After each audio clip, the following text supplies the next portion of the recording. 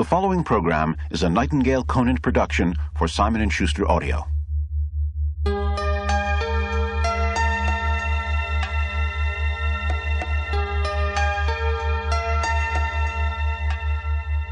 I have a very strong belief that everything that comes into your life is supposed to, and every condition of your life is part of the perfection of it, and that there's a blessing in all of it, and that there are no accidents, that it's a perfect, absolutely, totally perfect universe. And what Wayne Dyer says makes perfect sense. In You'll See It When You Believe It, you'll discover how to tap into the true power of your mind, power that can make your life better than ever. Are you looking for something more from your work? In You'll See It When You Believe It, Wayne tells about a practical way we can truly find bliss in our everyday worlds. Are you looking for more successful relationships? Here you'll learn how to get out in front of conflict, especially with those you care about the most. And you'll learn how to train yourself to concentrate on what's most important for a fulfilling life. And we don't want to have our minds occupied, particularly with worry and anxiety and stressful kinds of things. So you have to learn how to focus your mind, how to get focused, and keep yourself from creating those kinds of thoughts that are always impinging on your consciousness. Wayne Dyer has been focused on personal development for years, and the leaders in the field have recognized his astounding knowledge. Wayne is the 1987 recipient of the Toastmasters Golden Gavel Award, and he's a well-known author, philosopher, and social commentator with a PhD in counseling psychology. You'll See It When You Believe It is based on Wayne's most recent book of the same title. This is his 7th book.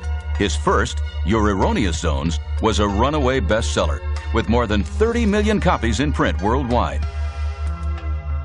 In this program, you'll be Wayne's personal guest at warm, intimate studio recordings where he speaks with you one-on-one about life-changing philosophies. And you'll be in the audience to share in the joy of a live session with Wayne. One of the first steps in learning to see it when you believe it is to get out of old comfort zones, zones that may be holding us back from being all we can be. In this first segment, Wayne tells just how important it is to challenge our personal boundaries.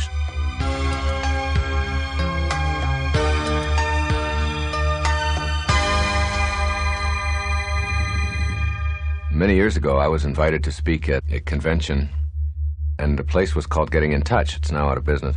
And I really didn't know much about it, and I was taking most of the speeches that came along at that time. And my secretary arranged the whole thing, and I flew out to California, rented a car in San Francisco, and drove to a place way out in the woods. I mean, it took a couple of hours to get there.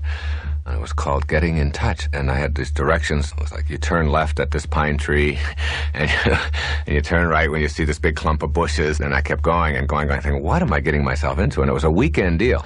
I was going to speak Friday night, and then Saturday all day, and then Sunday morning. Well, I arrived there, and I checked in, and it was a beautiful place, but it turns out it was a place for people who were learning how to be masseurs and masseuses. I arrived for my Friday evening seminar, and maybe 75 or 80 people signed up for it. It was terrific. And I arrived and got myself all set, and I was going to be this Mr. Hotshot professional doctor and all of this stuff, and I was going to talk about your erroneous zones. And I looked out at my audience, and half of the people didn't have any clothes on. Well, I had written erroneous, and I thought maybe they thought I had written erogenous zones. They thought it was about the hot spots on the body, and I wanted to tell them this is about the soft spots in your head, really. So anyway, I talked, but while I was out there, that isn't the main point of it. There was a whole group of hot tubs out there, 13 or 14 of them, and they were all set at different temperatures. The ones at the center were right around body temperature, 90 to 100 degrees, and they were just sort of like nice, warm bath water, and you could get into them. Then if you moved to the right, it got a little bit hotter, and a little bit further, and a little bit further, and all the way up to 160 degrees or so. And then to the left, they went down to temperatures in the 80s and the 70s, and then the 50s and the 40s, and then just above freezing. So there were 14 or so of these hot tubs. As I talked to the people and I got to know them, they were phenomenal people. They really were. It was a wonderful experience. It was all on the up and up. There was no hanky-panky or anything like that going on. It was just clothing optional.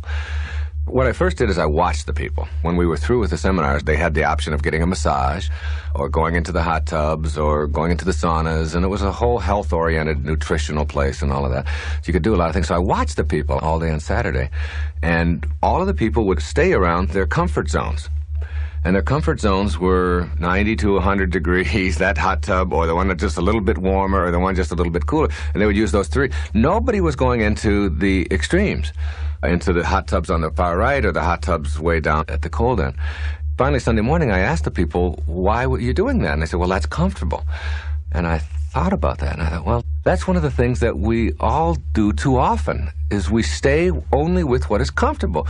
We find a comfort zone for ourselves, we sort of set ourselves into it, and we snuggle in, and we let that just sort of nice, tepid, warm water flow by us, and we fail to experience the whole panorama of what life has to offer us, because we're so consumed with just staying comfortable, with staying within our comfort zones. So I said to the people, I said, we're going to all of us are going to experience everything that we have to experience here. Why not? It's available, it's here, and at least check it out. And as a result of checking it out, then you'll know, rather than just having some preconceived idea of what you can or can't do. And you may find a whole new range of experience for yourself. And so we moved from the hot ones to the little bit hotter, and we check it out. And it was amazing how easy it was to adjust to something new. You could get into those very hot tubs, and you could handle that. Then when you get out, you could experience what it felt like. You could see how your body reacted. You could see if you felt any different, the circulation in your body, how that affected it. And then you could move down into the colder ones. Before it was over, everyone, all 75 or 80 people, experienced the entire range of what was available for them. Well, the metaphor there is that we need to do more of that in our own lives. We need to get out of just what we are accustomed to, what we've grown up to believe are our limits, and to begin to see that those limitations that we place on ourselves in our zones of comfort are the very things that restrict us from moving beyond the place that we are at now, experiencing all kinds of new things for ourselves. You can take and apply this in virtually every area of a person's life. I have seen people, I've talked to people, and I've said to them, have you ever tried Mexican food? Ugh, I would never eat Mexican food. You've never tried a taco? You've never even, no, I just don't eat stuff like that. I couldn't eat that. Well, why wouldn't you try? It just doesn't seem like it's something that you should eat. It looks more like something you should throw at a beach or something, but I just wouldn't eat that. Have you ever tried Chinese food? No, it looks like there's worms in there or something. I can't take that. Have you ever tried Italian? No, and you find that their range of experience is really their comfort zones. This is what they're used to, and this is what they have over, and life becomes, instead of an exciting adventure of all kinds of new and delightful experiences, it becomes one of just staying comfortable, I can remember one time we were driving across the country when I was promoting your erroneous zones with my wife and my daughter, who was 9 years old at the time, and we got to Glacier National Park out in northern Idaho. There was a Lake McDonald there. And I had been thinking about comfort zones at that time, been lecturing about it and been writing about it. I was getting ready to write another book, Pulling Your Own Strings. I wanted to test myself. This lake, the temperature of the lake, I don't know what it was, but it looked like there could have been ice chips in there. It was very, very cold. This is not called Glacier National Park because it's got saunas in it and heated pools. And the water was very, very cold. And people would go in and they'd stick their toe in, and then they'd go back out and thaw out. And I said to my wife, I'm going to swim across this lake. She said, no. She said, you can't do that. It's about a mile across the lake. Now, I'm a long-distance swimmer. Right now, I swim a mile every single day. Almost every day. I'd say 6 days a week. So swimming a long distance isn't a problem for me, and I've been doing this for years and years.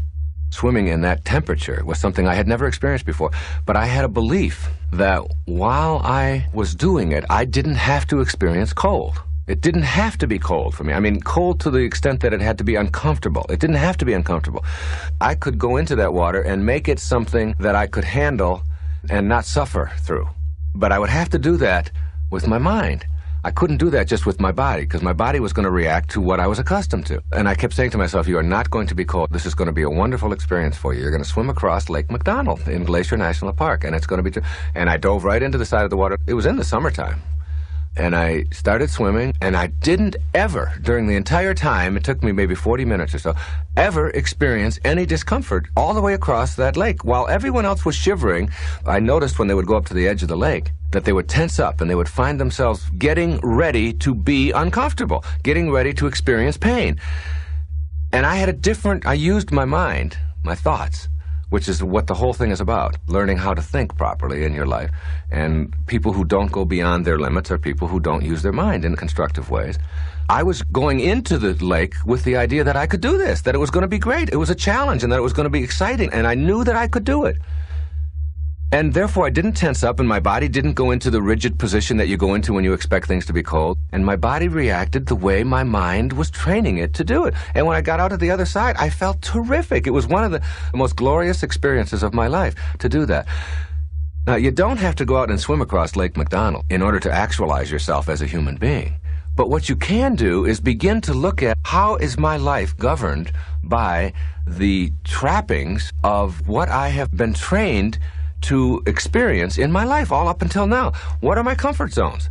Look at those comfort zones, whatever they are, in your relationships, in your business. The whole world opens up to you when you get outside of any zone of comfort that you're in and push yourself a little bit more. The amazing thing about what you find is that it's not nearly as risky and dangerous and difficult as you think it is in the next hot tub. I mean, nobody's in it.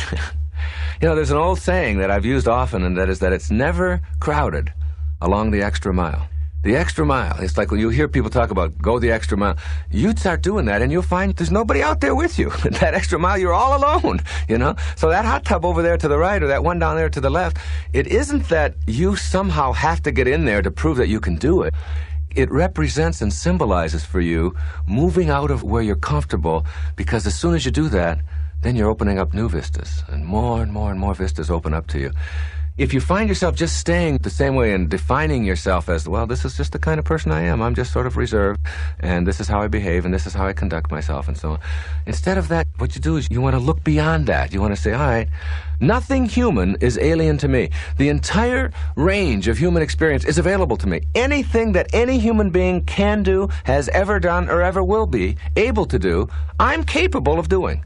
And viewing yourself that way and seeing that, then your zone of comfort becomes the whole expanse of human possibilities. That's what becomes available to you. But when you narrowly define yourself and stay with what is comfortable, whether it's in what you eat, how you relate to people, how much money you make, where you go on your vacations, every aspect of your life is affected by that kind of an attitude. Get out of your zones of comfort. This also applies to the emotional or mental side of your life. Most people go through their life saying, I'll believe it when I see it. Show it to me, let me look at it, then I will believe in it. That's a very narrow way to look at life, because it really restricts you to only being able to perceive and experience and live what you can see. And believe it or not, what you can see is a tiny, tiny, tiny percentage of what's available to you. A different way of looking at that is, I'll see it when I believe it. That is, I am only seeing in my life, and always seeing in my life, what I choose to believe in. See, if you only will believe what you see, then how can you believe in thoughts? And why would you pay your electric bill? You know, I mean, if you can't see it, and nobody can see electricity, then you shouldn't be paying that. And you certainly can't believe that you have a mind, because you can't see your mind, you can't touch your mind, you can't feel it, you can't smell it. It's impervious to the senses. It's a higher part of you. But if you know that just because it's invisible, or just because it's not available to me through my senses, that doesn't mean that it doesn't exist. That it's all out there for me to experience. So that you'll begin to see miracles, for example, in your life. Wonderful, phenomenal miracles, more and more of which have cropped up in my life in recent years since I've shifted around my attitude about it. You begin to not only expect them, but you'll see them as a regular part of your life, because your consciousness has changed, because you've gotten out of that comfort zone of only looking at it with what they call your left brain, or with your analytical side, with the side that needs to carve it all up and make it organized and make it neat and make it real clear and easy for us. That's that sort of left brain. But the right brain, which is our intuitive side, which is the creative side, the side of our whole mind and thinking and personality, which is unlimited, which allows us to have an imagination, to be able to create within our own mind. That side is just as important. Both of those sides of us are very important. But if you only restrict yourself over here. You'll always continue to have very, very limited vision in your life, because if you can't analyze it, if you can't put a formula on it, if you can't dissect it, if you can't insure it, if you can't put it away in a drawer someplace and get your hands on it, then it doesn't exist for you. And boy, does that take away a lot of the range of human experience.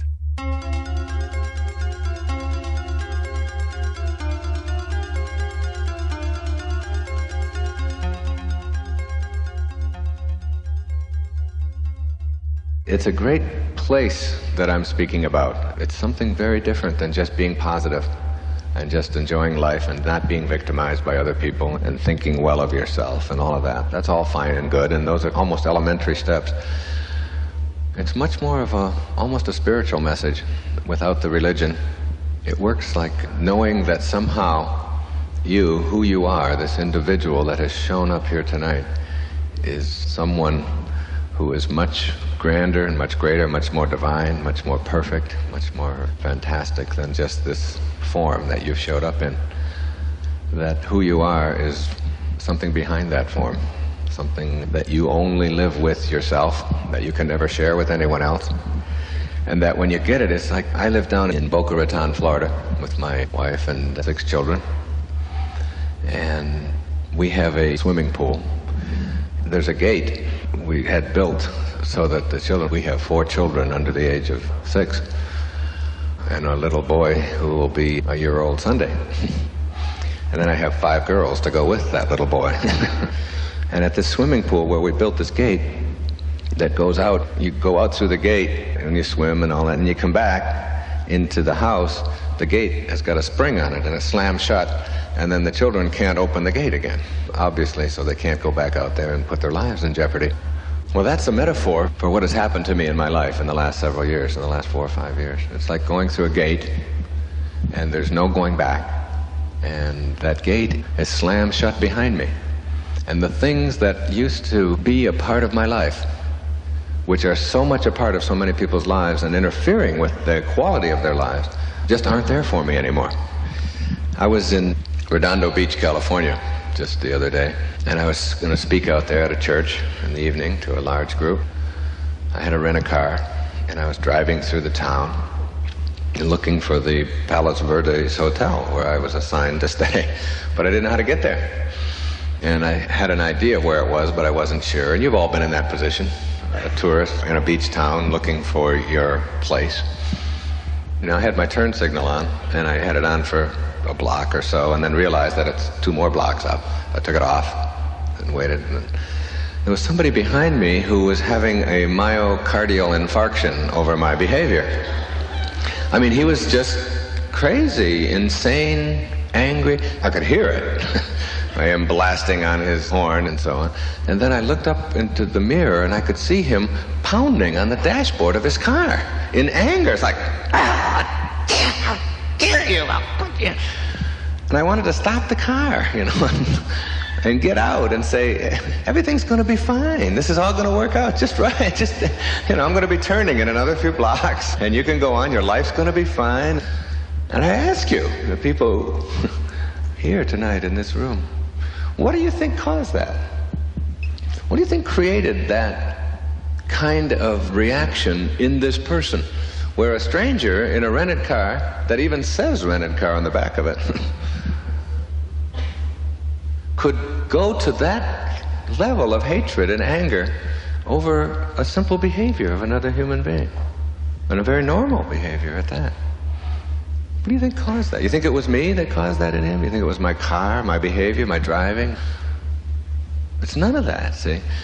That's really the only message that I have, is that who you are is the result of how you choose to process your life and the world and how it's presented to you. And until you understand that nobody out there in this planet, in this universe, has the power, the control to make you be or think or act or behave or emote in any way other than the way that you choose. And that capacity for thinking, that capacity for thought, it's the thing that most of us think is the least important part of our consciousness. We don't pay that much attention to it. We pay attention to this. the packaging, the body. And we evaluate our life based upon what rules apply to the body. And the rules, or the laws, or whatever you want to call them, that apply to your body, to your form, are very, very different than the rules and laws, principles that apply to the other part of you, the invisible part of you, if you will.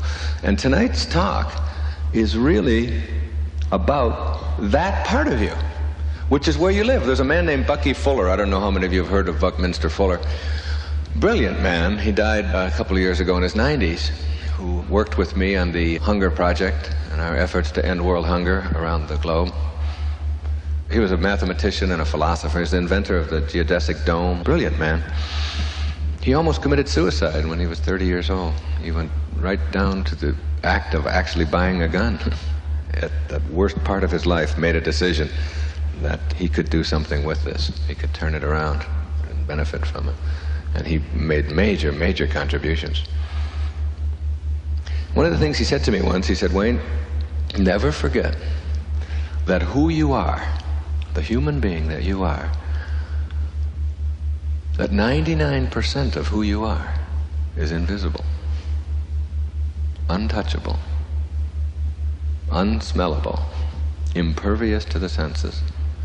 That this form that you live in represents only 1% of your humanity.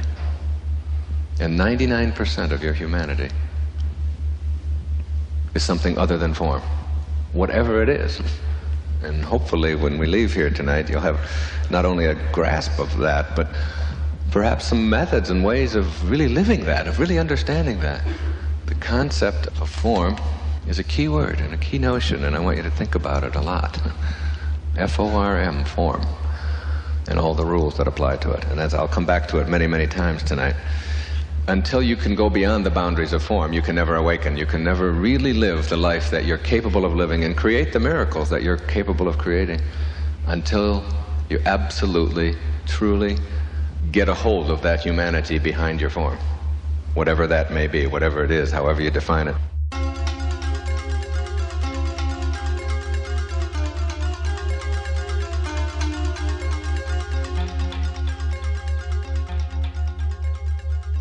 Your body has limits to how fast it can go and how far it can go.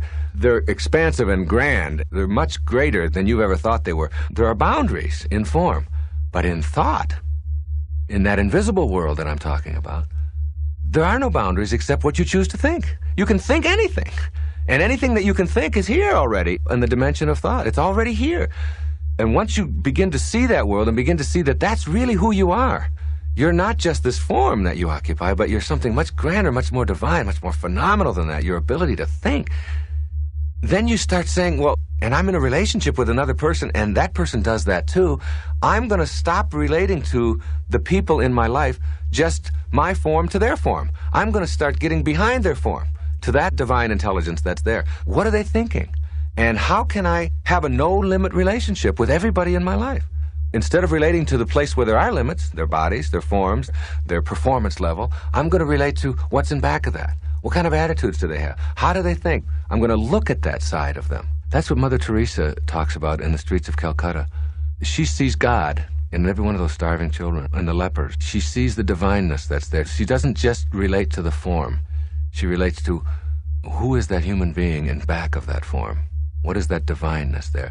You don't have to be Mother Teresa in the streets of Calcutta catering to the most sorrowful among us. You can do that every place in your life. You can stop just seeing the world in terms of what you see and what you can get a hold of and start living in that invisible part and back of that, where divineness really resides. That's in all of us. Whoever you are, wherever you go in the world, every single human being you meet, whether it's a tribesman in Afghanistan, whether it's a Sherpa guide in Nepal, whether it's a taxi driver in Tokyo, or a tribesman in New Guinea, or a salesman in Detroit, you share something with that person. What you share is what it's like to be human. We all share that with each other. And you know, and they know, what it's like to hurt inside, what it's like to feel lonely, what it's like to experience pain, or to experience exhilaration or happiness. We all, as human beings, and those are all thoughts, those all come from thought, we share thought together with all human beings. And if we remembered that, if we tuned into that part of people, whether we're running a business or a family or whatever, if we started relating to people there instead of just to their form. And when you see an angry person or you see a happy person, what you're looking at is what created that? And what kind of thoughts do they have? And relate to their thought, relate to the divineness in them, whoever they are. The whole world would be better, and so would your business. It's understanding that no one is any better than anybody else in God's eyes. See, it doesn't matter what you call that universal intelligence. The name doesn't matter. It's just as good a word as any in God's eyes, and that universal intelligence that's permeating all form.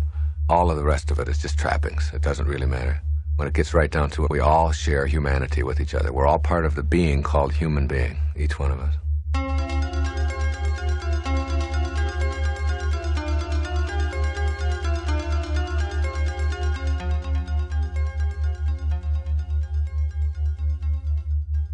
If there's a dimension called form, there's another dimension called thought. I call it thought. You can call it anything you want to. In philosophy, they call it the astral dimension. And the word disaster originates from this, to disassociate from the astral, or from this invisible dimension of you. And as long as you disassociate from this and live only here, you will have disasters in your life. Because you won't believe that somehow the part of you that thinks, that is thought, that creates thought, is essentially what your humanity is. And most folks don't get that. They think that this is it. I'm getting a haircut last week, or 2 weeks ago. Me. She charges me $25 for a haircut. Me. She said the 20 of it is a search fee. I said, all right, okay, I can accept that. I understand, all right? But even $5. I mean, you ever go to have somebody doing something and they don't have anything to do? You ever have a job where you got to do something, you got to look busy, but you don't have anything to do, but you got to kill a half an hour? That's sort of what it is when I get a haircut. It's snip, snip, snip, snip, snip, snip, snip, snip, snip, snip, snip, snip, snip, and you look and nothing. There's nothing. Not a thing there, okay? And she's going on and on doing that, and suddenly she's got these clippers, these electric things, you know, and she's cutting, and all of a sudden she's got it in my ear. It's in my ear. I said, Deborah, what are you doing? You've got that electric thing in my ear, and it hurts. She said, oh, Wayne, you probably didn't know this, but when you get into your 40s and so on, she said, you start growing ear hairs, you know, and you got some ear hairs in there, so I'm cutting them out. I said, what the hell is going on with my form? You know, I got them falling out where I want them and growing. What do I want hair growing in my ear for? And in my nose, what do I need that for? I never had that before. But you got to know that this isn't who you are. And once you know that, then you just sort of stand back and watch it do whatever it's got to do.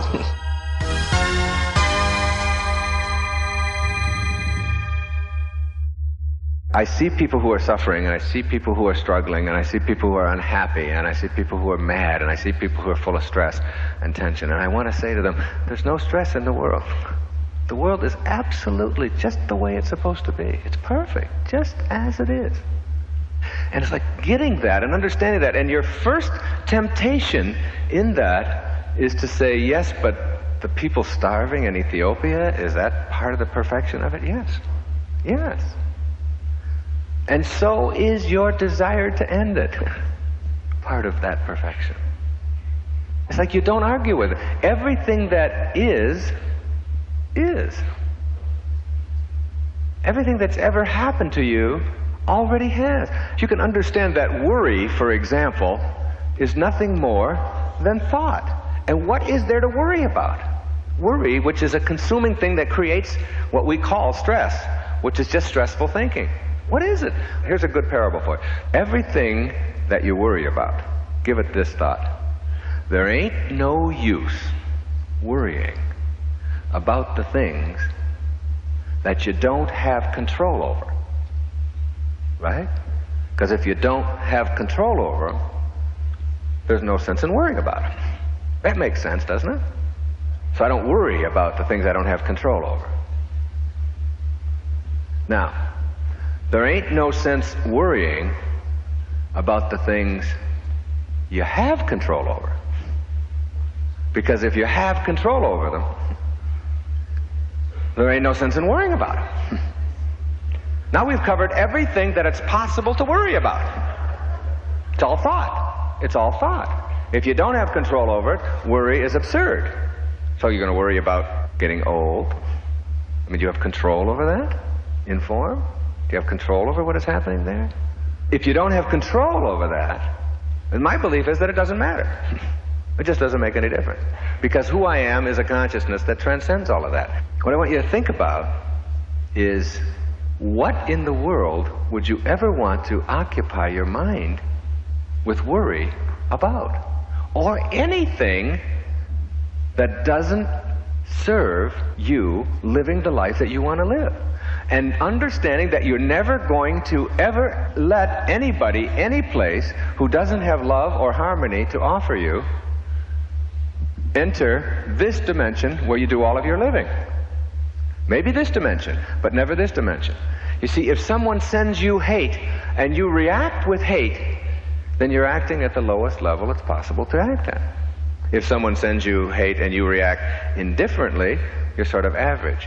But if someone sends you hate or anger and you react with love, because that's what's inside and that's all you have to give away, because that's how you choose to use that dimension that is in back of your form or suffusing your form, then that is what you will start expecting and seeing in your world. And it becomes a way of living where you are able to go beyond. Think of the prefix in the English language that means to soar above, to go beyond, to go past. And you come up with the prefix trans, to go beyond, to soar above. And think of the suffix that means the result or the experience of. If you don't know that, it's T-I-O-N with an article, A. Shun, T-I-O-N, the result or the experience of. You have a new word there on the board. Transformation. The result or the experience of going beyond your form. Leaving the boundaries that confine you here and only allowing what you want into that other dimension. And you know something? In this dimension of thought, or astral, or beyond, which is invisible, you can have all of your relationships in your life. You can meet people there where there are no limitations. You can meet every stranger that you ever meet in that dimension, no matter what they're sending out to you. Once you understand that thought, that what you think about expands. Now get this. It expands. So if you think about what is missing in your life, then that's what's going to expand. I was a therapist for many, many years up in New York and Long Island. And people would come to me and they would want to talk about their problems for an hour every week. And in the process of talking to me about their problem, they always talked about what was wrong. About how their husband was behaving this way, about how their children weren't doing what they wanted them to, about they didn't have enough money, and about the illness, and their mother was this way, and it was like their whole consciousness all the time was on what was missing, what was wrong, what was negative, what was unpleasant. That's what occupied this territory that I can't define, that is invisible in their lives. Now you have to understand that when you do that, that is going to expand in your life. And there's a reason for that. There's a very important reason for that. Because what you think about expands into action, into form. It's just a matter of bringing it from here to here. And you choose what comes into here. You create all of this. Because thought starts with you. You are the creator of thought. And therefore you are the creator of life. And you are the very creator of what your form is going to experience. As the Sufis used to say, if you don't have a temple in your heart, you'll never find your heart in a temple. It's having it in your heart, and that comes from thought. So what you think about is profoundly important in your life. Emerson said, you become what you think about all day long. Christ said, as you think, so shall ye be. All the spiritual masters who've ever come our way have always talked about, be careful what you think, because it's going to expand into your life.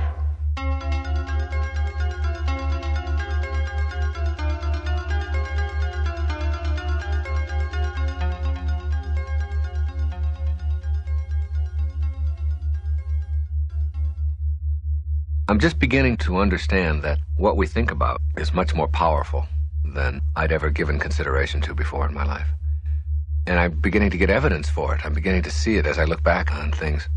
When I was a little boy, we had a Admiral television set in 1951. I was 11 years old. We were one of the few people in the neighborhood to have this little TV. I used to stay up late at night and watch the Tonight Show with Steve Allen on it. And I had this thought, and it was a very powerful thought. And the thought was that I would be on the Tonight Show. I just knew it. And I used to tell my brothers what I was going to talk about when I would be on the Tonight Show. I was only 11 or 12 years old. They were 13 and 15. And they'd say, oh, yeah, sure, you're always dreaming. You've always got... Well, I'd still stay up at night, and everybody else would go off to sleep. I'd be watching the show. I'd watch it every single night, all of his funny routines that he did and all the characters on it and everything. And I could see myself. I could picture myself sitting on the panel there and having him interview me or having him be there with me and all of that. That passed, and many, many things like that, though, in my life that I thought about. Well, the irony of ironies is that 1976, 25 years later, I'm the author of a book that is at the top of the bestseller list around the world, The Erroneous Zones. I'm invited to do The Tonight Show, and Shecky Greene is the host that night. It was the very first time I ever did the show, out of 34 or 35 times. I was so excited. It was like a dream come true that I was going to be on The Tonight Show. I'd already done several other big shows and all of that. This was really something big. There was a bank of phones outside the green room where you get dressed for the show. I decided to call my wife and family back home and tell them that I was going to be on, and Shecky Greene was going to be the host and so on. I went over to the phone, I picked up the phone, I called my wife and I was talking to her, and then on the phone next to me, in this bank of phones, Steve Allen. Steve Allen is standing there talking on the phone to his wife.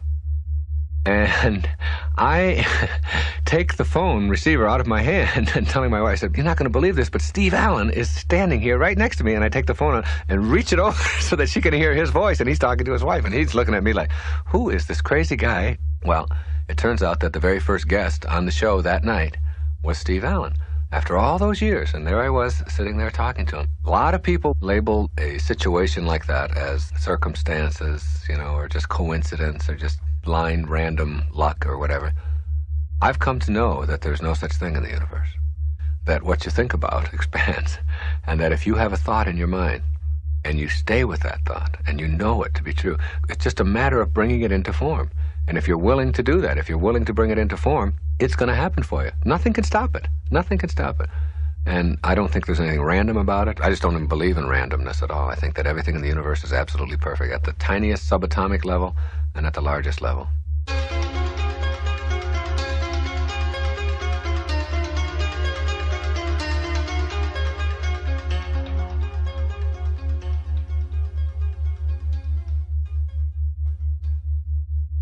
I get on the elevator, and I'm on the 17th floor. I have an office on the 17th floor. And I get in the elevator, and a couple gets on the 14th floor. The elevator opens, and they're complaining about a tax audit that they just went through and how awful it was, and they took more money of us, and they're always doing that. And I'm standing in the back of the elevator.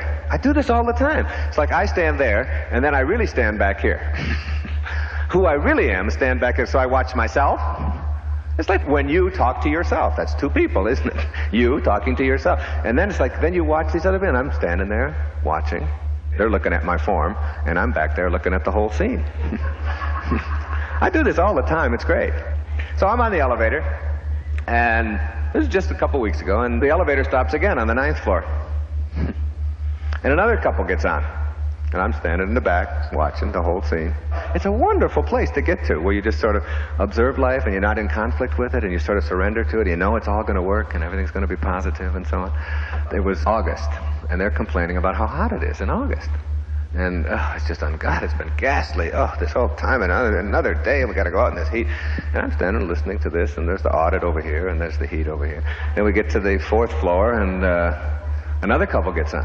And they're complaining about how many stops the elevator's making today. It's true. So they're like, oh, damn elevator, it's always stopping, and it's like... So I'm standing in the back watching this whole scene playing out in front of me, thinking to myself, I never do this. I used to do this, but I never do this anymore. And you may say, well, what is it that you don't do?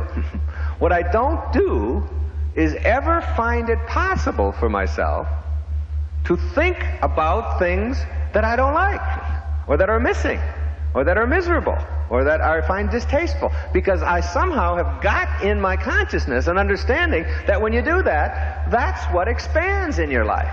And that really successful people only see things working out. And they understand that, they get that, they hold on to that, and they get that picture of it. Like, I can't get a picture before going out to speak of an audience who's not going to like me, because I know that's going to expand. And I'll walk out and go, and that'll be the end of it, all right? It'll be done. I know that it's going to be great, and it's going to be terrific, and it's going to be fun. If I keep that consciousness inside of me, that I'll expand that into action. So now all you have to do is look at all of the stuff that's going on in your life. And how much of it is a result of you'll see it when you believe it, of seeing what you're thinking about.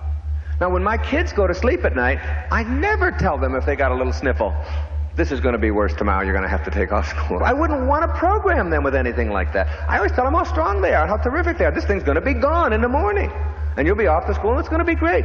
I want them to be able to expand into form thought that they want, rather than the other way around. And people who are chronic complainers never seem to be able to get past that, and everything that they think about keeps coming up. And the tragedies keep multiplying, and the horrible things keep coming into their lives, and it's like that becomes a part of your consciousness. In an energy system where thought is the energy or the current, what you think about expands into action. It's like getting old. You know, it's like I tell people, don't let an old person move into your form. Don't let an old person in. Don't let an old person move in. The age of your form isn't who you are. Who you are is thought, and thought is ageless. You can't age thought. Age is universal and eternal. It goes forever. It's what the universe is. So you don't let that person who walks slow and talks slow and thinks slow, you don't let that person in.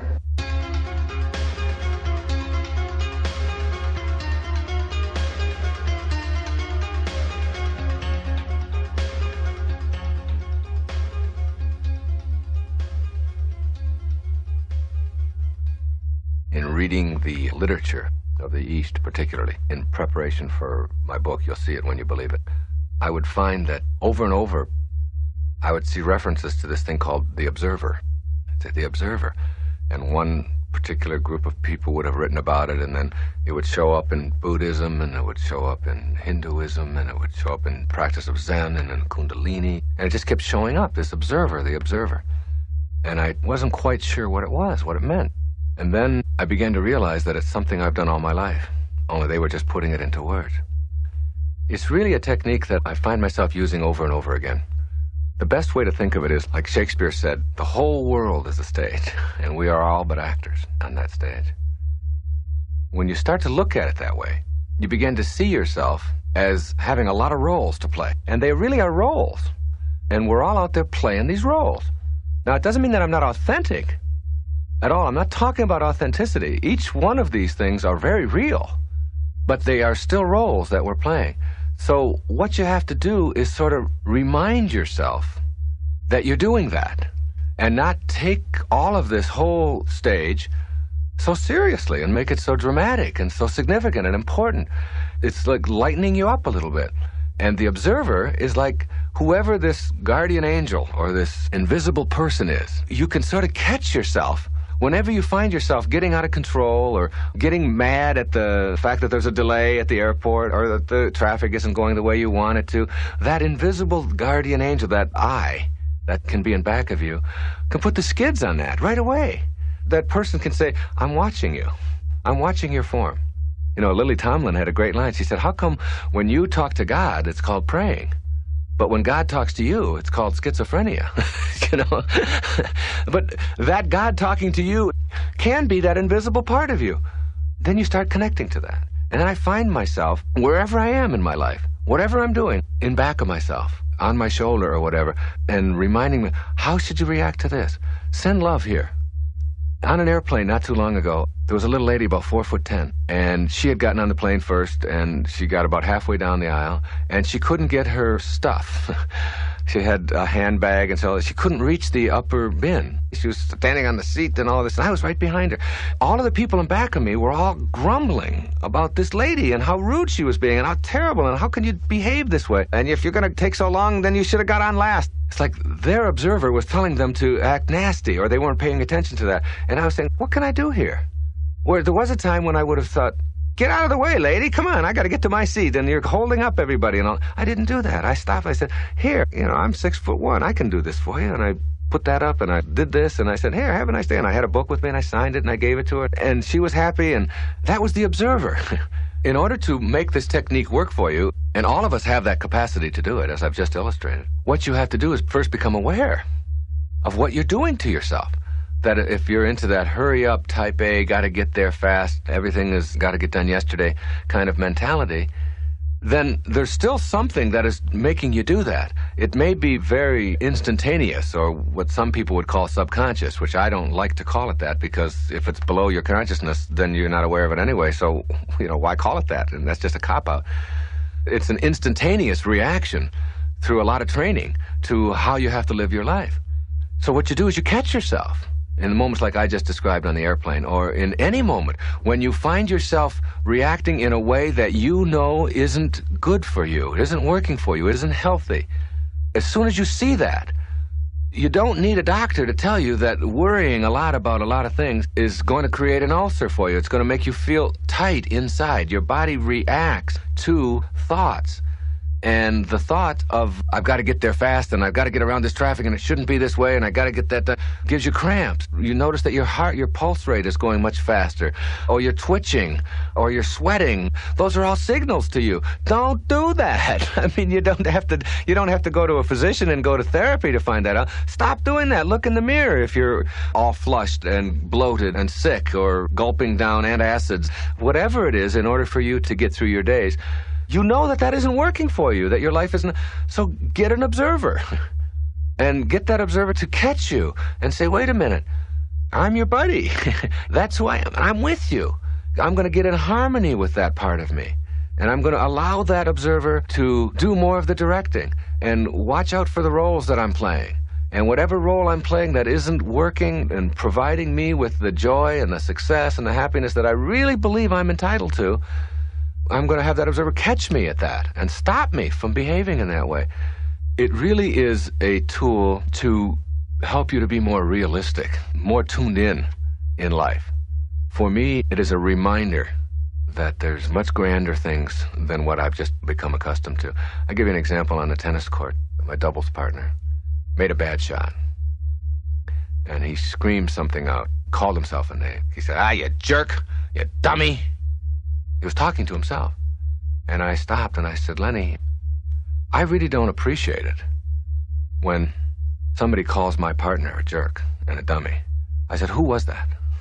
Who was doing that? He said, what do you mean? I said, well, whoever it is that's calling my partner a jerk and a dummy, I'd like you to get in touch with him and remind him that he's a beautiful guy and he just didn't hit the shot the way he wanted to. I'd like you to tell that person that. It's like a reminder that when you call yourself a name, you got two people going here. You got the person who's the recipient, the jerk, and you got the person doing the calling. Well, you want to get those two in balance. You want to get those two in harmony. You want that person, whoever that is saying, you jerk, to say, you're allowed to make an error in tennis. You have to do it. Nobody goes through a whole match without making errors. And that it's okay, and that you forgive yourself, and you're kind to yourself. And then the recipient of that is in balance, so that those two people, quote, or those two parts of you are in harmony. Because if the part of you that's calling you a jerk, if the recipient of that begins to believe that, then you start acting on what you hear and what you believe. And pretty soon, everything that you say to yourself, if you call yourself a jerk enough, you're going to think that you're a jerk. And that's one of the problems with self-esteem. It's people who have really talked to themselves in such a way that the self and the I, which we've separated, they become the same. And so the person who's doing the calling believes that they're a jerk, and the person who's the recipient believes it. And if they had an observer there, if that I who was doing that instead was saying, you're pretty terrific. You make some mistakes. All of us do, but that doesn't mean that you're bad and that you're not any good. And you get those two in harmony so that you are never calling yourself anything but what you would like to be. And the more you do that, the more that you'll be in harmony. And that's all invisible.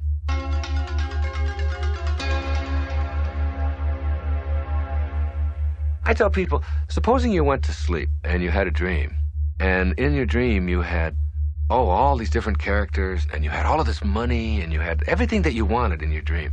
And then you woke up, and then you look back at your dream, and you became attached to the stuff that you had in your dream. Wait a minute, I want that. There was gold in there. There was silver. There was all of these friends. There was cars. I had a Ferrari. I got to have that.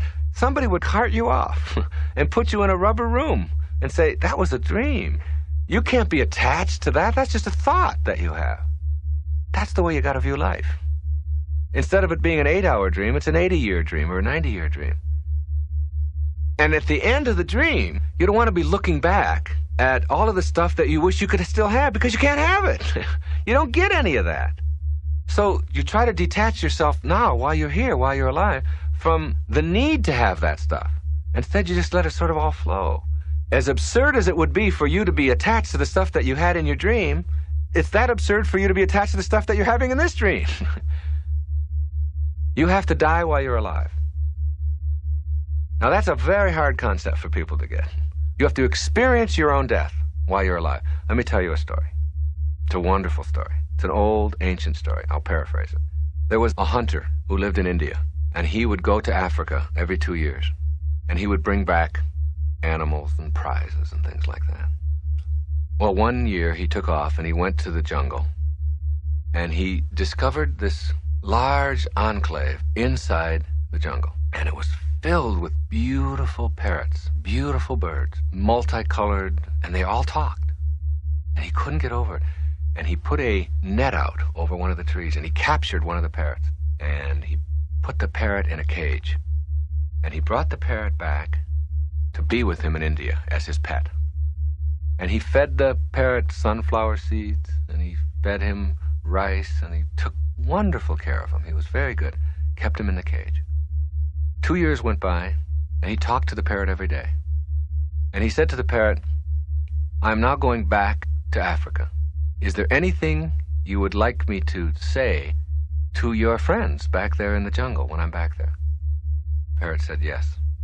Tell them that I'm very happy in my cage. Tell them that I'm joyful and that I love being in my cage here with you. Just tell them that.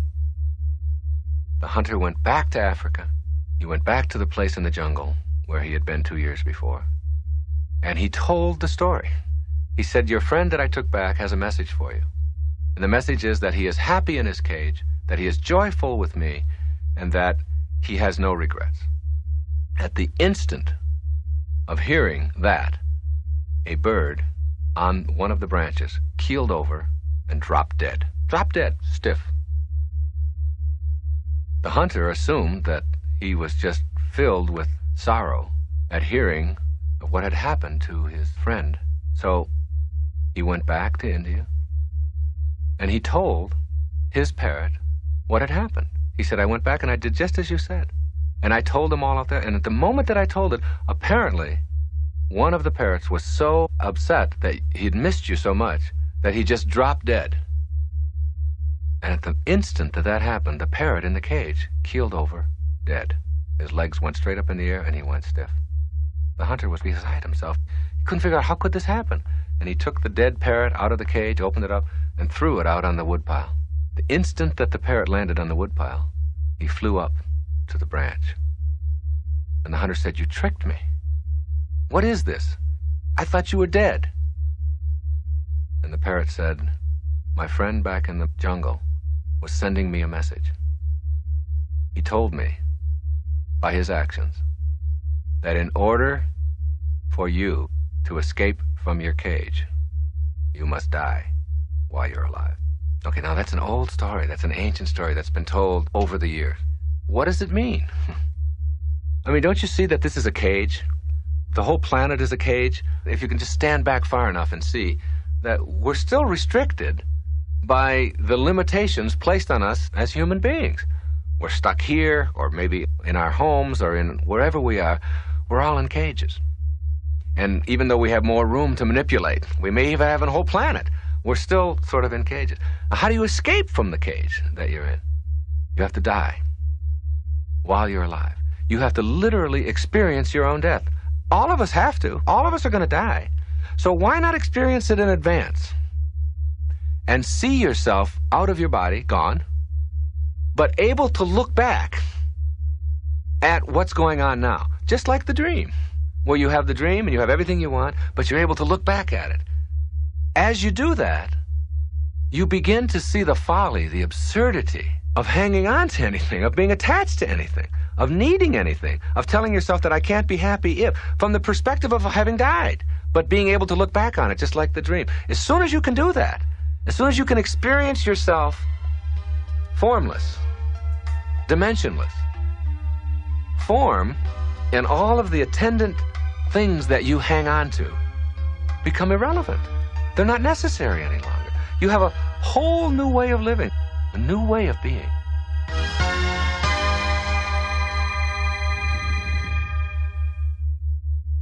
I have a very strong belief that everything that comes into your life is supposed to, and every condition of your life is part of the perfection of it, and that there's a blessing in all of it, and that there are no accidents, that it's a perfect, absolutely, totally perfect universe. Everybody that you meet for a reason. Everybody you're sitting next to, you're there for a reason. You can either take advantage of it or not. You have choices to make throughout it all.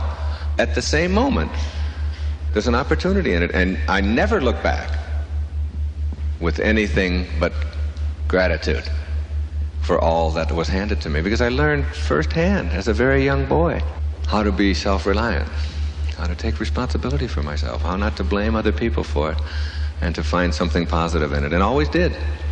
So that little old lady who's driving in front of you at 20 miles an hour with the 1976 Cadillac, cream-colored, you all see her, she's everywhere. She's got blue hair, and she can hardly see over the steering wheel. And she signed an oath that she will drive aimlessly around, testing your ability to deal effectively with her. She's like a test. She's like a gift from God to test. And it's like once you stop being mad at her for being who she is and what she's about, when you stop the anger and the bitterness at who she is and understand that she's exactly where she's supposed to be. And she's there to teach you a very important lesson. Slow down. You have to. Relax. Don't give her control over the divine part of you. The intelligence in back of that is suffusing your form, invisible as it is. It's still there, and it's yours. It's really what constitutes your entire humanity. Don't give it away. Think of yourself as connected to and a part of it all, rather than someone who is being victimized or slowed down or abused by, or here it happens again. It's all part of the perfection of it all. That's a very nice, enlightening place to get to. It really slows you down. And it doesn't take away your ability to make choices. It takes away your wanting the world to be as you think it should be instead of as it is. That's what defines neurotic. That's what neurotic really means. To be wanting the world to be as you are rather than as it is, and for you to process it exactly the way it is.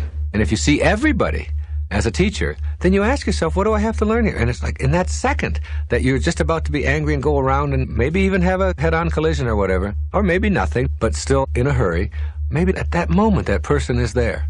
That person is there to teach you to slow down a little bit. They used to say to scientists, are you a scientist? And the scientist would say yes. And they'd say, well, do you believe in spirituality? Do you believe in God? And they'd say, no, I'm a scientist. Now, today, in the 1990s, you ask a scientist, do you believe in God? And they say, of course, I'm a scientist.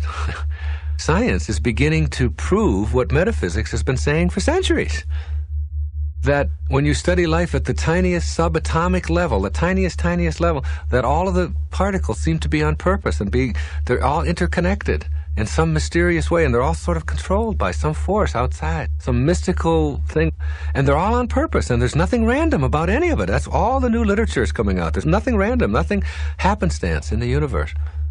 I find that so intriguing. If every subatomic particle is on purpose, and we're made out of those, then why not us? And when I see all of those people coming out of like when I was on Wall Street one day in New York, and I don't know if you've ever been there, at 5 o'clock, you go to Wall Street, and you watch thousands, millions of people. They're coming from underneath the ground. And they look like all these ants. Like an anthill, there's just millions of people coming out from underneath the ground on all these little openings on all the streets and the subways.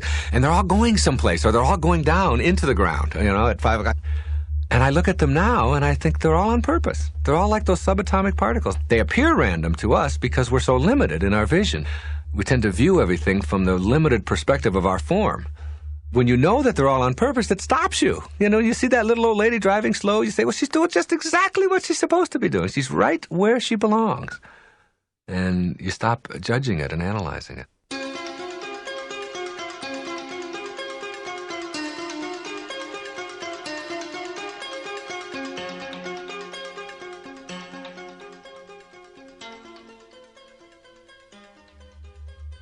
When you have lunch tomorrow, have a salad. And when you have your salad, take that piece of lettuce and put it in your mouth and chew it up. And as you chew it up, notice that something happens in your mouth. Something called salivation. Saliva enters your mouth. Do you get up in the morning and say to yourself, oh, God, here we go again. I have to salivate again today. I'm so tired of this. Why me? Why every day? Salivate, salivate, salivate. It's all, if I could just have, you don't do that, do you? Salivation, not salvation, salivation is a principle that you are born into. And it works independent of your opinion about it. It doesn't care. When you start chewing up the lettuce, you have to swallow the lettuce, don't you? You don't say to yourself, I got to get the lettuce from here down to here. Does it ever go up? Do you ever go, and it's up here someplace? Never. There's a principle within you, this you that you are here, called peristalsis, which makes the muscles go down. There's a muscle movement that makes it go down rather than up. First I got to salivate, now I got to peristalse. Ugh, this is so depressing. You don't do that. Peristalsis is a principle that the I that is we, called you, is born into. And then you have to distribute that lettuce, mulch, throughout your entire system. You got to get some of it to your liver, and some of it's got to go to your armpit, some of it's got to go to your heart, some of it's got to go to your eye. You don't concern yourself with whether it's going to all go to the right, but miraculously, perfectly, somehow, the lettuce gets converted to the right nutrients all over your body. A principle, cardiovascular pulmonation. How many are sitting there right now beating their hearts? You got to do it 14,000 times every day. Are you doing that? Do you worry about that? Do you concern yourself? No. Your heartbeat is a principle that you were born into. If you can accept that and know that there are principles operating within you that allow you to function perfectly because you've surrendered to them, you don't think about them, is it so difficult to grasp that there are also principles in this larger body called humanity of which you are a part as well? Because at the same moment that you are a single heartbeat in the body called humanity, you are also one beating heart.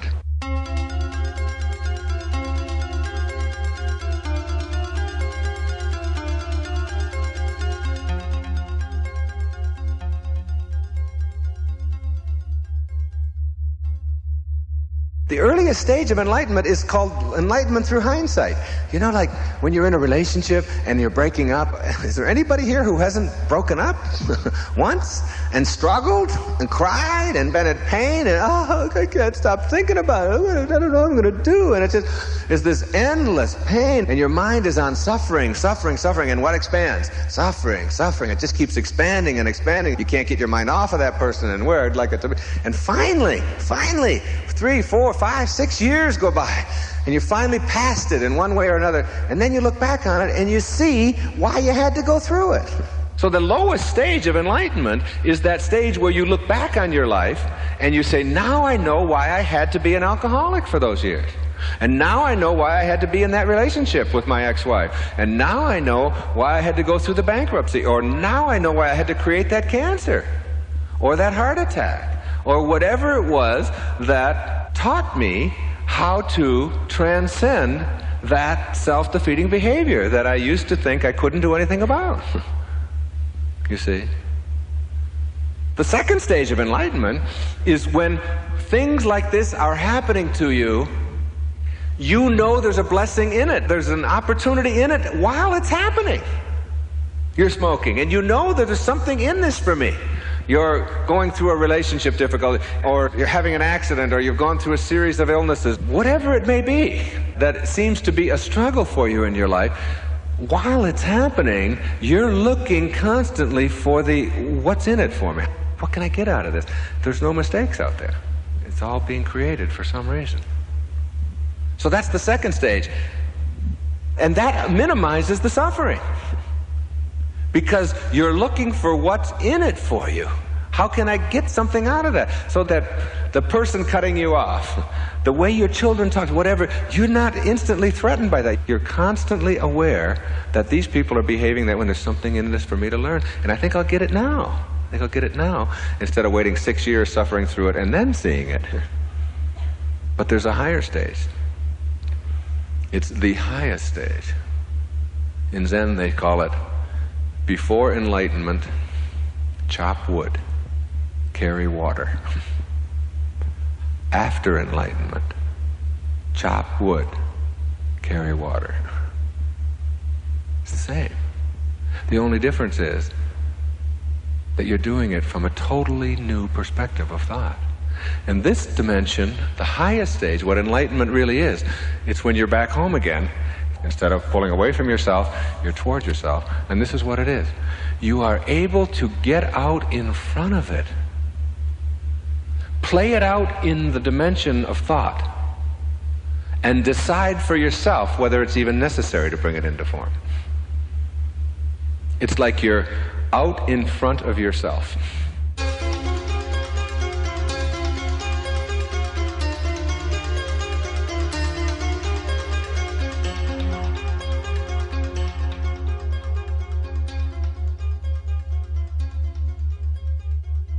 You're in a relationship.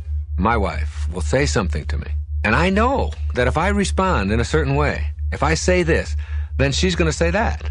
And it's like, then she's going to say that, then I'm going to say that, and I can play that all out in thought. I'm out in front of this already, okay? This was at one time a guaranteed, absolute blowout. Anger over nothing, fear perhaps of intimacy, who knows, whatever. But it was guaranteed to be angry and PO'd for 2 or 3 days. Her and me. Maybe no talking, maybe storming out, maybe any number of things that people do over silly things to avoid being intimate, usually. So I play that all out. And I don't have to go there. I don't have to do that any longer. I don't have to make her wrong, which is a great step. I don't have to make me right, an even higher step. There's no right or wrong in it. And I play the whole thing out.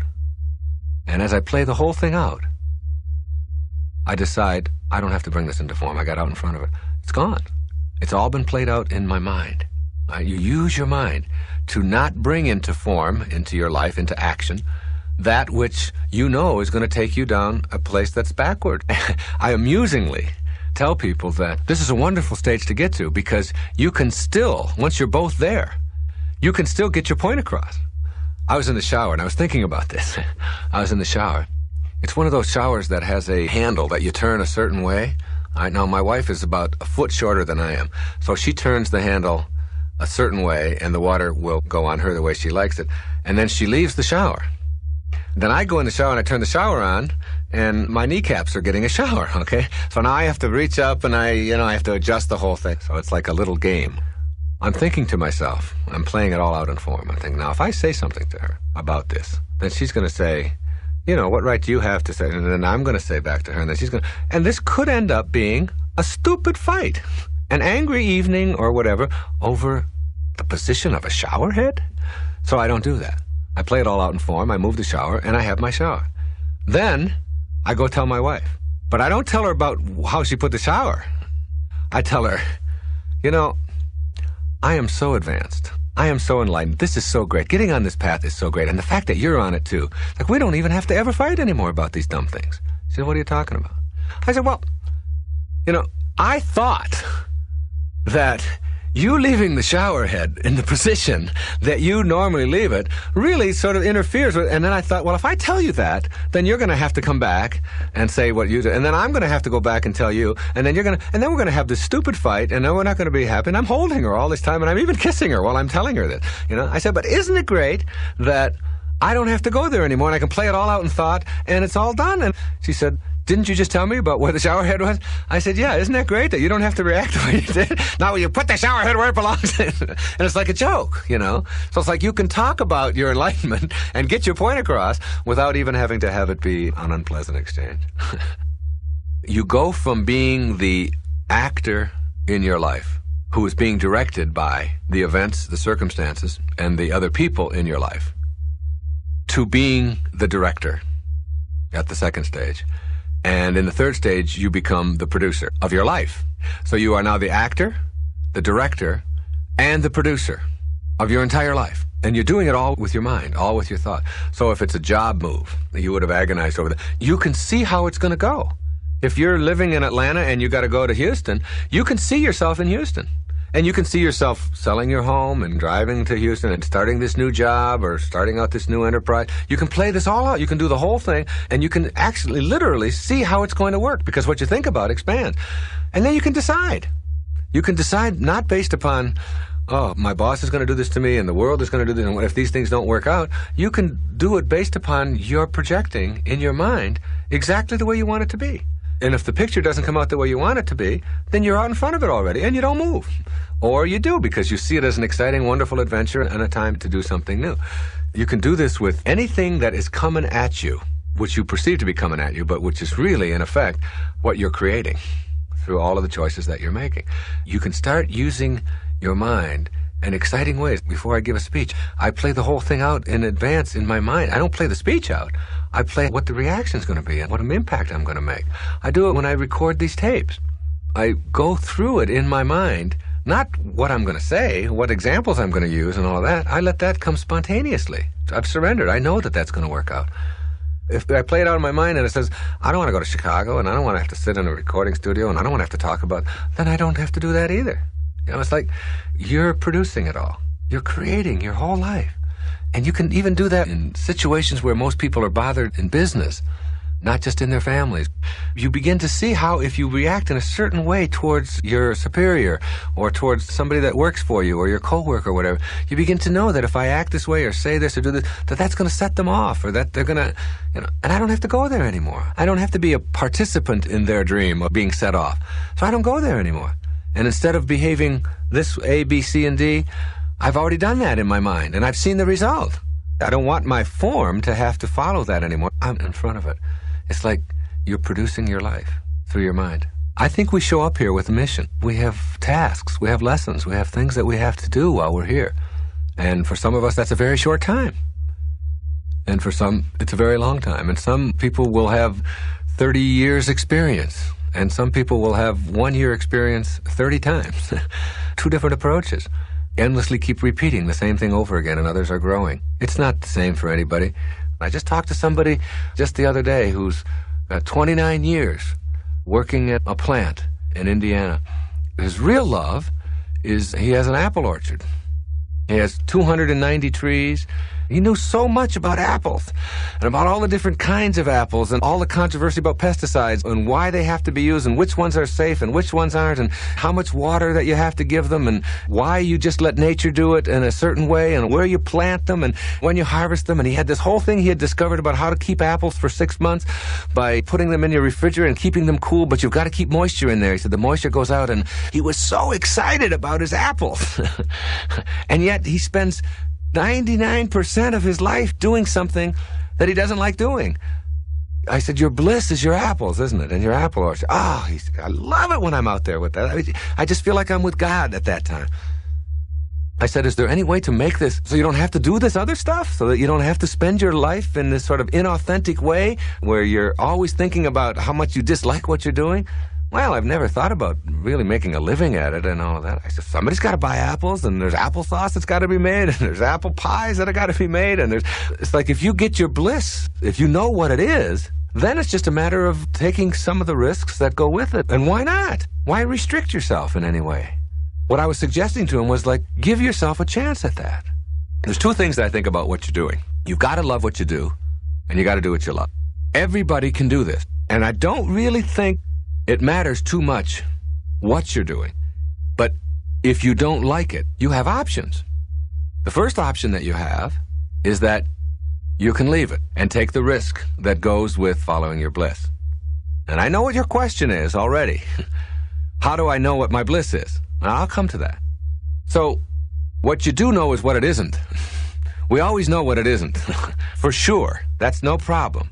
But you can leave what you're doing. That's number one. Or you can change around your thoughts, the 99% of who you are, about what it is that you're doing. You have that option. You can decide that if you just are not willing to take the risk, or you have to stay with this or whatever, that I can change my thoughts toward it. And I can make it as creative and do all kinds of things with it and say, all right, I'm only going to do this for 6 hours or 8 hours in a day, and then I'm going to get right out into my apple orchards. And this is sort of what this fellow was doing, was learning how to go into this assembly line job that he had and do it and not have such a negative, terrible attitude about it and have fun with it and make it blissful. So you can change. There's risks involved with all of that for some people. I think that the risks are much less than most of us realize. They're not really risks at all after a while. They're just like adventures and their excitement. And the people who really love you and support you in your life will support you trying new things. And you begin to find out that you can live with a lot less, and that as long as you have joy inside of you, telling yourself that you have to have a lot of stuff and a lot of accumulations and a lot of that in order to live happily is really a myth for most of it. But how do you find your bliss then? To come back to that question. The answer to that is you don't. You have to let your bliss find you. And your bliss can't find you. It sounds strange, but your bliss cannot find you. It's like your purpose. It cannot find you as long as you're filled up or clogged up with something else. Here's a wonderful story. There was an expert on Buddhism and Far Eastern religions, and he was a professor at a university. He had written 4 or 5 books on the subject, and he was really considered a true expert. But he had always wanted to meet a particular Zen saint who lived in India, up near Nepal. And so he traveled there with all of his books. He wanted to meet this particular Zen saint, a guru. He had made an appointment, and he introduced himself, and the man had just like a loincloth on, and he was very simple, very peaceful, very old, so you get the picture. And the expert began talking to him about all the things that he knew about Zen and Buddhism and so on. And the master stopped him and said, "Would you like a cup of tea?" And he said, "Yes, that would be very nice." He took a teacup and he put it in a saucer. And the man continued to talk about all of the things that he knew about. And the master picked up the tea and he began to pour it into the cup. And the man continued talking. And then the cup was full, and the master continued to pour. And the tea poured out of the cup and onto the saucer. And as the man talked, he still kept pouring. And the tea was now going onto the floor and onto the man's pants. And finally, he stopped him and he said, "Excuse me, but the cup is full. You're pouring, and it's full." And the master stopped him and said, "You are like the cup." He said, "You are so full of everything that you know that you don't have room to let anything else new in." And so many of us are just like that teacup. We're so full of all of the stuff that we have learned that there's no more room to let anything else in. It's just all pouring out and just going past us and all outside of us. Now, if you can see that metaphor in yourself, you can begin to see that in the eyes of the beginner, there are millions of options. In the eyes of the expert, there are only 1 or 2.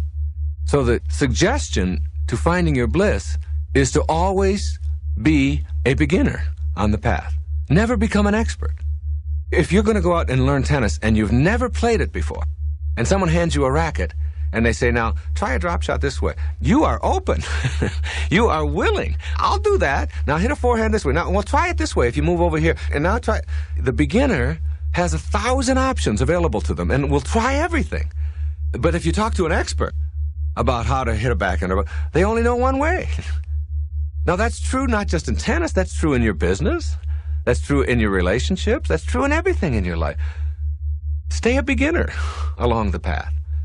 You can get clogged up, so clogged up with what you know and with the negativity that goes with that and all the rejection, all the judgment that goes with that, because you have to reject all kinds of other points of view in order to make sure that yours is the only one that ever gets heard or ever gets used, that you don't have any room inside of you for something new and something exciting and something different and expanding yourself and so on. So be wary of experts, especially if you're one yourself. Be wary of yourself becoming one, because then you limit yourself.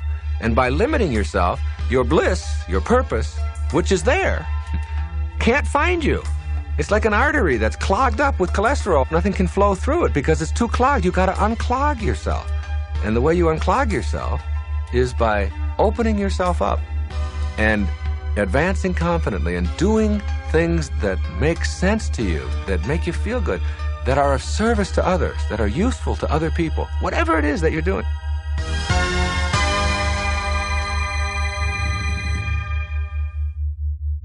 The idea of having a quiet mind. When I first started practicing meditating, which I encourage people to do, not from any Far Eastern guru loincloth kind of thing at all, but as a way of understanding that there's another dimension.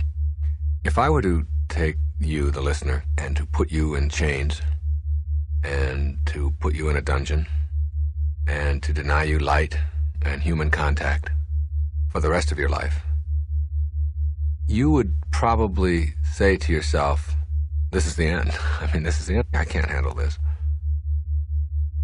There are some people, believe it or not, among us, who, if you were to do that very same thing, would say, this is a beginning. There's a whole world there.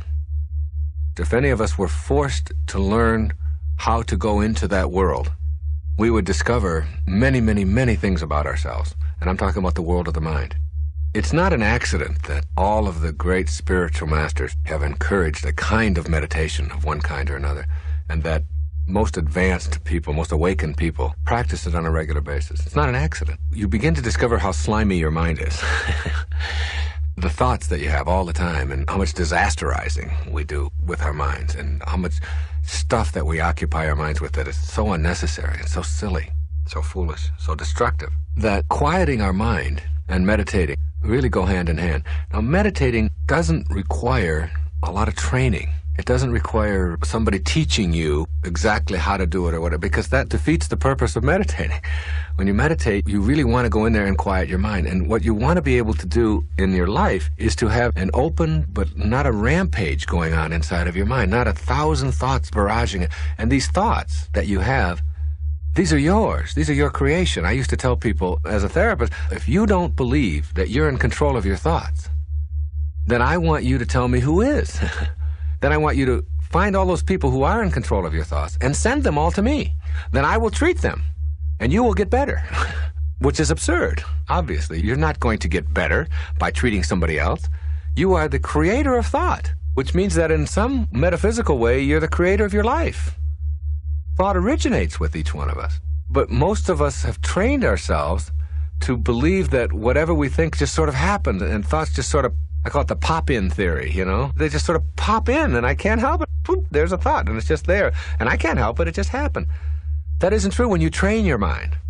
We spend so much of our energy training ourselves in all kinds of areas. We train ourselves in business. If we're going to get a new computer system, we go out and we spend millions of dollars in a company, and we train people how to work it. And if we want to become good at golf or swimming or tennis or backgammon or anything that you can think of, we know that we got to go out and we got to practice and we got to train ourselves. We train ourselves, and we ignore our mind, which is 99% of who we are. We just completely ignore it. Like there's no training available for our minds. And we can all do that. I've really learned how to do it myself. No one ever taught me. You know, when I used to teach at the university, I taught in Berlin for half a year. There was 70 students in the class. And I would have the first student introduce themselves and their name. Then I would have the second student introduce the person who was just introduced and himself. And each time I would repeat it. And I'd have the third student introduce the two that he had just introduced plus himself. And we do that for the whole class. By the time we got to the 70th student, they had to introduce everybody in the class by name, and I would then repeat each one of them. And I just had a very simple technique for doing that. It was just like concentrated effort on making my mind remember 70 people's names in an hour and a half. Now, I wasn't doing it to waste an hour and a half. This was a class on teaching people how to identify neurotic behavior in people. And it's like what I wanted to do was to teach them that they could do things with their minds, just like their patients do, that they never thought of, that they never even dreamt were possible for them. 2 weeks later, 3 weeks later, they would have like 80, 90% recall. And by the end of the 4th or 5th week, everybody knew everybody's name in the class, and they had all trained themselves. And most people go out there and they're introduced to somebody, they say, hello, my name is Wayne. They say, what would you say your name was? They can't remember one person's name in 1 minute. And they think that, oh, I have a poor memory. But it's because they don't train. Well, the mind can be trained, and meditating is a perfect way to do that. And there's a wonderful world in there, in your mind. Quieting your mind means that you're no longer susceptible to all of the external influences that are around you. I'm always amazed when I watch the U.S. Open tennis championships that are played in New York, right near LaGuardia, at how the players are able to continue playing with jets going on overhead. And yet, when I am really completely involved in a tennis match, I've had people where I've played, I've had jackhammers going next to me, and my opponent is going crazy. They have to go over there, and I tell them, I don't notice it. My concentration is on the ball. And I don't hear that lawnmower going off, or the jackhammer going, or the airplane going on overhead. We can train ourselves to do that. The people who are really good at any game or any activity that requires concentration know how to do that. Well, we all want to be able to be better at that, and we don't want to have our minds occupied, particularly with worry and anxiety and stressful kinds of things. So you have to learn how to focus your mind, how to get focused, and keep yourself from creating those kinds of thoughts that are always impinging on your consciousness. Miracles are available there. You talk about surrendering. I meditated for a long time. It's like there would be a light. I would have this light that I would create. And it's really interesting that you can create a light with your eyes closed in a dark room. So you don't really need your eyes to create light. You need your mind to create light. Your mind can create light. And all of us do it in our dreams. We can create a color in our dream without any light. So that our minds are capable of producing that. And our minds can create smells, and we can create sounds. We do all of that in our dream. And that's just a pure thought state. So what you want to do is get to that pure thought state.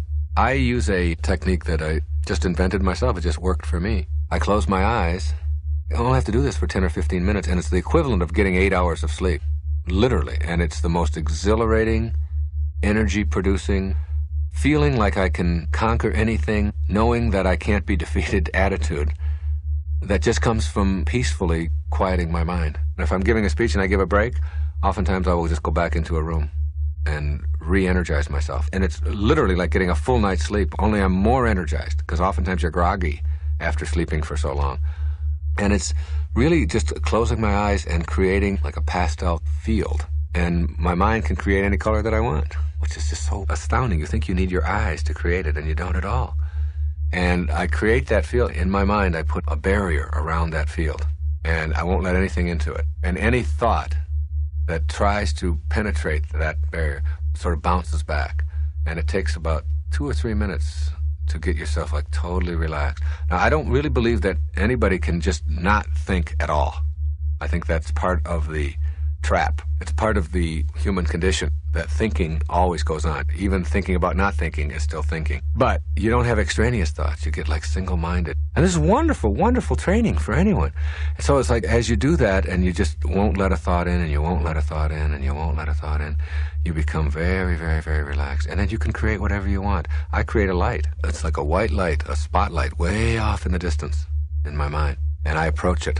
I just keep coming closer and closer and closer to it with this pastel field, keeping any thoughts from bombarding it. It's amazing how at the beginning, when you first start this, how it's hard to go 5 seconds. 5 seconds without having some kind of thought impinge on. Boom, all of a sudden you catch yourself doing that. Then you get to 10 seconds, you get to 30 seconds, and before long, you can do a couple of minutes.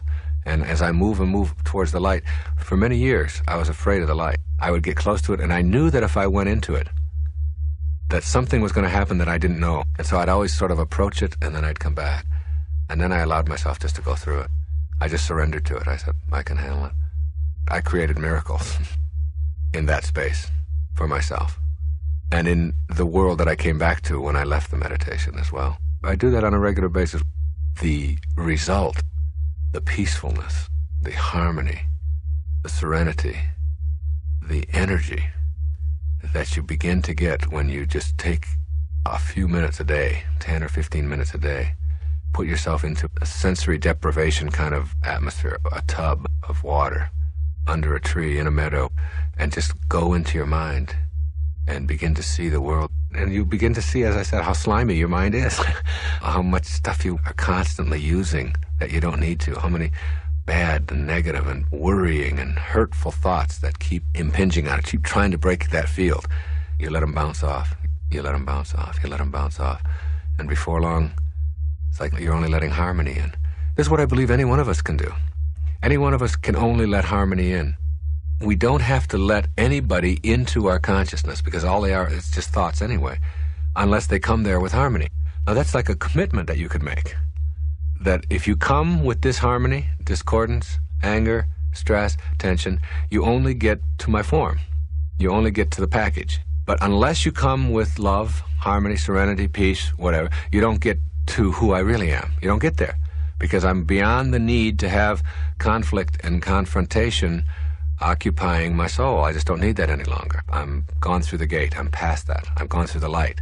I look at that as no longer my need to prove that I can deal with it and handle it. That's gone.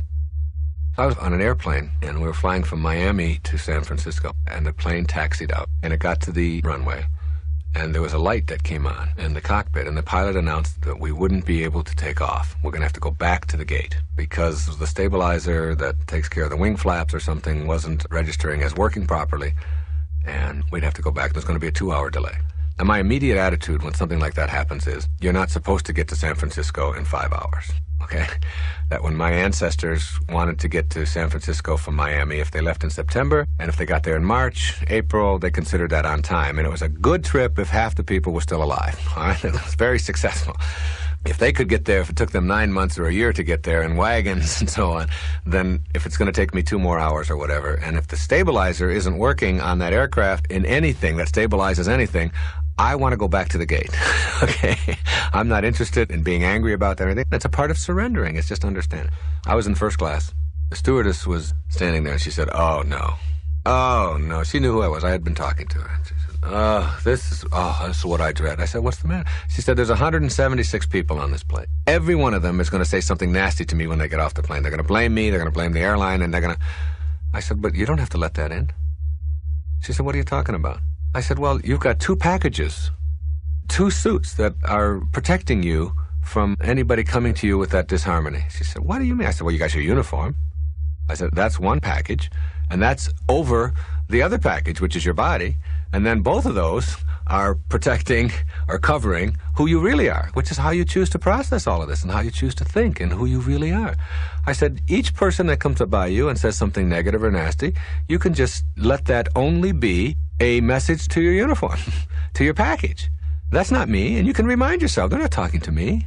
They can't get to me with that stuff. They can't have that. I don't let anybody come to me unless they come with love or harmony to who I really am. So you can just say, well, I'm very sorry, and have a good one. And it's like, and you say, well, they didn't get to me, and they didn't get to me.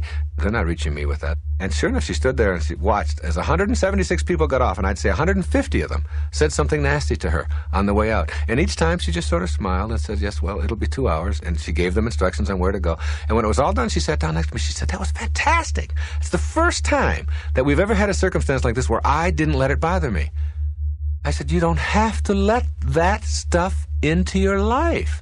And it's just like in the meditation in the field. When those thoughts start impinging on the field, the pastel that you have created, you don't have to let them in. They bounce. And the more you do that, the more you allow yourself the right to have only what you want to enter your consciousness. You just make that choice all the time. I do it all the time. When I'm driving, and if anybody gives me... I don't take any of that inside. I just say, oh, that's them, and that's how they're reacting to my form. But if somebody comes to me with love, with serenity, with peace, with joy, with ease, whatever, then you can have all of me. I will respond back with that. So you let in whatever you want. That's what meditating does for you. That's what a quiet mind does for you. It allows you to select what you allow into who you really are without having to be a slave to every single person who's out there and every single action that's out there that doesn't fit in with the way you want it to be. Having a quiet mind in a practical sense is really understanding that what I'm talking about is not just for discussion, it's for application. If you're the kind of person who has your mind filled with 10 different things that you have to do, and that is producing anxiety, stress, ulcers, colds, backaches, headaches, cramps, runny noses, all of the kinds of physical reactions and manifestations of that kind of thinking, then you have to look at how can you just get a blank mind, or how can you get a quiet mind? How can you just understand that, supposing you're thinking about, you got to get to work, you've got this report you got to get out, you got to get your taxes done, you got to stop and get some diapers on the way home, now the kids need to have bananas, and they've got dance lessons I've got to get them to, an endless catalog of activities. By using your mind to do that, and to occupy it all the time, none of that is going to get done. See, all of that is going to get done. Regardless, if you're the kind of person who does those things, it's going to get done. The question is, how do you use your present moments? See, anytime you use up your present moment, or anytime that you are thinking anxious thoughts, you're denying the present. You're using up the present moment instead of using it up in a productive, peaceful, serene, calm way. You are somehow believing that you can't get through this day or this moment any other way, that if I don't think about it and worry about it and be anxious about it. But the fact is, it's going to get done. Your taxes are going to get done. You're not going to jail. You're not the kind of person who's going to opt to just simply not do your taxes. You're going to get the diapers. You're going to get the report done. All of that you're going to get done. Otherwise, you wouldn't be in the position that you're in. You would be doing something else, all right? So if you know that it's going to get done, the question is, what's the most efficient and effective and peaceful way to get things done? I use the analogy often of when you're in a hurry, like when your body is in a hurry. That's when you're least effective. And that's when you always drop something. You'll drop the keys and then you'll start sweating. And then when you start sweating, you find yourself getting more upset. You'll forget something. And you'll walk out the door and you'll slam the door, and you left the key on the inside. Now you don't have a key. I've talked about when you take a shower. If you rush through a shower because you only have 5 minutes to take a shower, and you finish and you take your shower and then you dry yourself off, you didn't need to take a shower because you're already dirty again. I mean, you're already sweating. You can take the same 5 minutes and take a shower if that's all you have. And you can do it peacefully. The same 5 minutes. You can push all of the other stuff out and you can just relax. And if you've got 3 minutes, instead of rushing through it, you can just let the water pour. You can experience the water. You can wash your body. You can dry it all out. And when you finish, you're not sweating. And you had the same amount of time. The nervousness and all of that comes from the way that you decide to process. Now, in the physical world, you understand that if you hurry and rush and are filled with 1,000 different activities, that you have decreased your efficiency. Why isn't the same thing true in the mental world, in your mind? If you are filling your mind with all of the things that you have to do, and you're worried about all of those things and get yourself all consumed with them, then you're still going to be less efficient, less effective, and you're still going to be cluttered. At a moment like that, you put on a tape. If you're going to drive, you got to drive. You can't get the bananas and the diapers and the report done and the IRS taken care of in the car on the freeway. You can't do that then. You're driving. So why not be here now, as Ram Dass says. Be here now. Here's some music. Put on a tape. Meditate right there. Don't close your eyes. But just, like, push it all out. All of that's going to get handled. But meantime, I'm going to enjoy this. My ride from my home to my office is 17 miles. I love those 17 miles. There's a million things to see in those 17 miles. I cannot write my books or get my speeches. I can't do any of that in that time. But I can enjoy all of that. I can be there with it. I can open the windows and I can let the wind blow on me and I can experience that and enjoy all of that. And when I get to where I'm going, if I've got to get the report done, I'm now prepared to do it. I'm not working on the report thinking about my taxes or getting the diapers or getting the bananas or whatever it may be. I'm here now in the moment. That's what meditating teaches you. Being here now in the moment. Quiet, joyful, peaceful. When you're there and you get your mind trained to do that, that isn't just like something you do for 15 minutes a day just to give you something to do for that 15 minutes. That carries over into everything that you do. You suddenly find yourself slowing down, and the more peaceful you are, the more efficient you are. The more you're in a hurry, the more you're always trying to get someplace fast, The chances of having an accident are greater. The chances of you getting there all ruffled are much greater. The chances of your heart rate going up are much greater. Your pulse is going to go faster. Your stomach is going to be upset. None of that is worth it. None of that is useful. Meditating teaches you that you have the capacity to use your mind any way that you want to. And you suddenly begin to see that everybody else out there who is in a frenzy and all upset and worked up, that you don't have to go there. It doesn't have to be that way. I just spent a week on Bali. As we went out across the island, I noticed some really interesting things that were really helpful to me. There was a very, very busy intersection in a town called Denpasar. There was an accident and a little boy was killed. He was 13 years old while we were there. It happened the first day we were there. There are a lot of accidents there. The roads are real, real bad, and there seems to be a lot of crazy driving. And it's so inconsistent with so many of the people that we met. So many paradoxes there. At any rate, at this very, very busy location where this little boy was killed, the immediate family of the boy went to the accident site. And they placed flowers and burned incense all around this place. And they sat there in the middle of the intersection for 3 days, 72 hours, 3 solid days, praying for the soul of this little boy. And not once did you hear a horn. And not once did you hear anybody screaming and yelling, "Get out of the way." This was a very, very spiritual place, just unbelievably like that. We went into homes where people had 10 and 11 children, and they had 3 huts where they would sleep. And I took my children in there with me. They would sleep on these like matted floors. And with 11 children in these little huts, there was almost no noise. And there's a quietness about the people. They're really attached to nature. They're very close to God in whatever that means. Every home on the island has a temple. No matter how small it is, they have a little temple in the back. When you go into the temple, you have to wrap something around your waist to remind you to leave the physical world behind and just enter there, only spirit, only thought. My wife and I had almost a spiritual experience of being there, of realizing that we don't need any more. We think we need more. We're always trying to get more. Not just us, but I mean, I'm talking about all of us here in the Western world. We sort of believe that our happiness and fulfillment is dependent upon accumulating more and getting more. And we saw all these people who had so little, and yet they were so close to nature. They were so close to God. It was almost like God was right there with them. Healthy, beautiful-looking people. It was astonishing when I flew out of there. Because when I first arrived there, I had just been on a 5-city tour of Australia, speaking to large crowds and all that, and it took me 2 days of wanting to leave Bali. I'd always wanted to get there, and there I was, and I wanted to leave because I wanted more of the helter-skelter, the rush that I had been accustomed to in Australia, taking me every place, limousines, and having people take care of everything for you, and thousands of people listening and selling books, and the whole thing. All of a sudden, all of that was gone. And it was like I couldn't adjust. And finally, by the 3rd day, I realized that I got to stay here. Just stay with it. Just go with it. And that's when I got out into the island and stayed there. Only stayed there a week. Flew out of there, went to Hong Kong for a couple of days, and then flew back to San Francisco. And when I got into San Francisco, I was just struck by what's going on in this country. And I've lived here all my life. And all the time in Bali, not one person did I ever see who was anything other than a perfect, beautiful specimen physically. Not once did I see any, and I saw thousands and thousands of people. I made a point to go into their homes and get way out into the boondocks. When I got on the airplane, people were walking by, and most of the people were overweight on the plane. Not fat, enormous, corpulent. Their faces looked flushed, and they didn't make eye contact with you like they did there. They were huffing and puffing in the land of plenty. And you know what it is? It's when you have so much, you have a tendency to look in each other's wallet instead of each other's eyes. That's what happened. It's like it chokes me up just to think about it. We're always looking in each other's wallets. We're always saying, how much do you have? And how much do you have? And how much of yours can I get? And I'm going to get yours before you get mine. And we're a whole culture of people like that.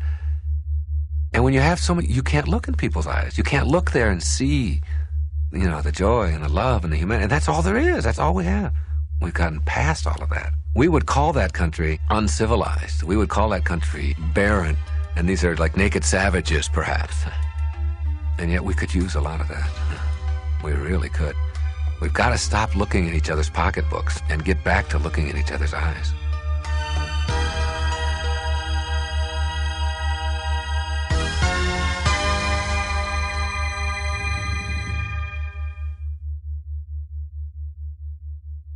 This has been a Nightingale Conant production